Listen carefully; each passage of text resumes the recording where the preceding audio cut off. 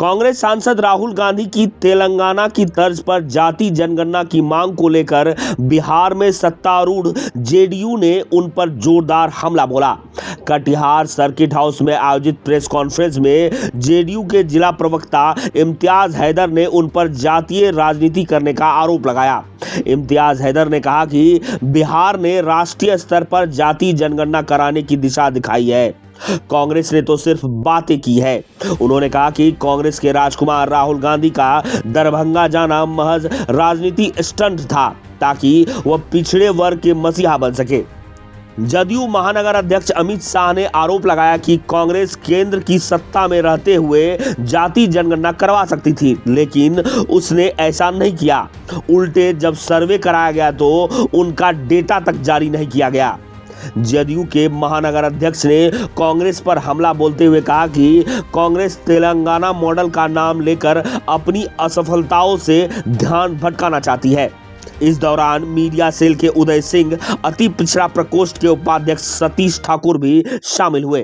भारत के कई कोनों में जा रहे हैं, भ्रमण कर रहे हैं और तेलंगाना तो जो जाति वहाँ पे जनगणना हुआ है उनको बेस्ट बता रहे हैं, उन पर मांग कर रहे हैं कि उसी पर किया जाए। उसी दरमियान बिहार वो आए थे और बिहार में जो माननीय मुख्यमंत्री श्री नीतीश कुमार जी ने जो जातीय जनगणना कराए उनको वो उनसे बेटर तेलंगाना को बता रहे हैं कि जो बिहार में घूम के बता रहे हैं, दिग्भ्रमित कर रहे लोगों के बीच में जाके कि बिहार का जो जनगणना हुआ वो कहीं से ठीक नहीं है, तेलंगाना जो है उस पर ही किया जाए।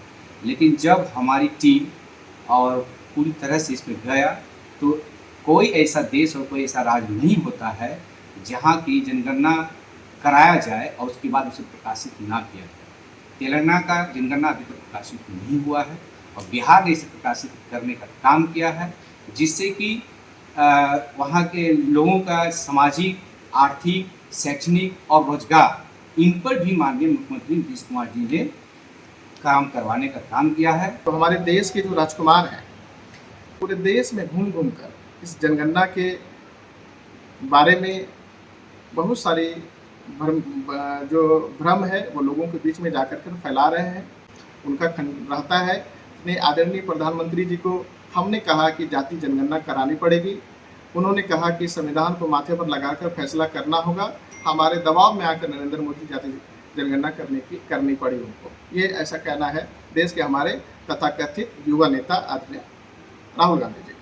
तो उसका जवाब हम लोग कह देते हैं आदरणीय राहुल जी कि जाति आधारित सर्वेक्षण सबसे पहले बिहार के एनडीए के नेता आदरणीय श्री नीतीश कुमार जी ने किया। कांग्रेस ने कभी इस पर गंभीरता नहीं दिखाई, सिर्फ सदन में बोलने का काम किया, सिर्फ उसके सोच तक सीमित रहा।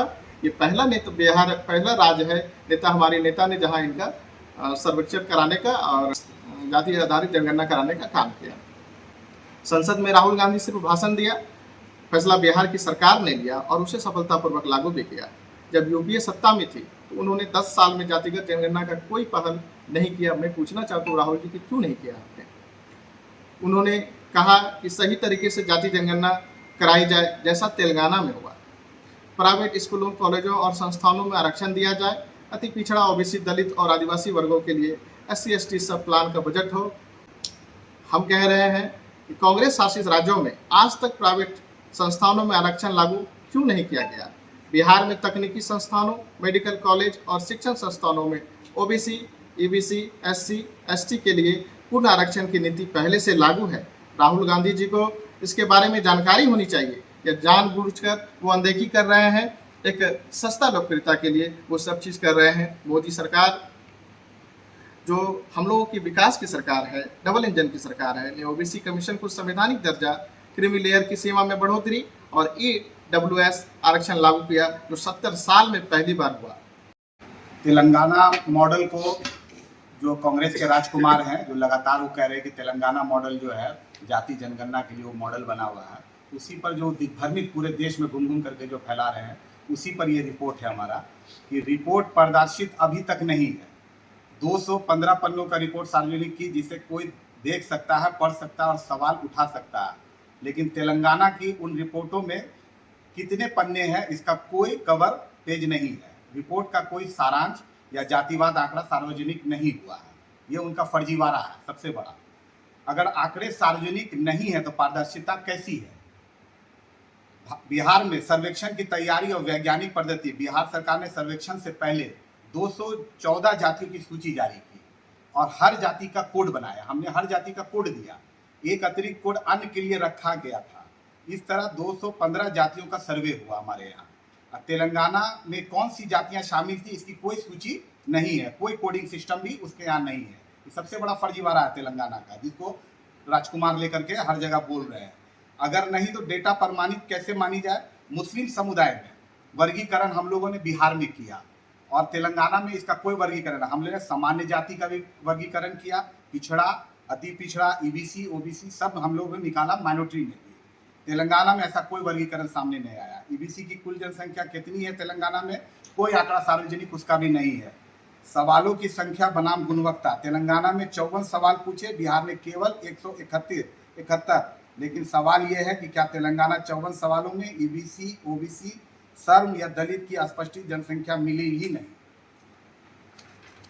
बिहार में के 17 सवाल जातिवार पलायन के आंकड़े हम लोगों ने पूछे कि भाई जो लोग कैसे पलायन किया यहाँ से, किस विषय पर गया यहाँ से, उस पर भी हम लोगों ने उसका ही किया। कोई शिक्षा की वजह से गया, स्वास्थ्य के लिए गया, रोजगार की वजह से गया है, संसाधन की स्थिति उजागर किया, जाति का वर्गीकरण, असमानता और स्पष्ट रूप से उजागर किया। बिहार में 54 सवाल का घोड़ा अगर गंतव्य तक पहुंचे और 17 सवालों का गधा बोझ उठाकर सटीक रिपोर्ट दे तो कौन बेहतर है?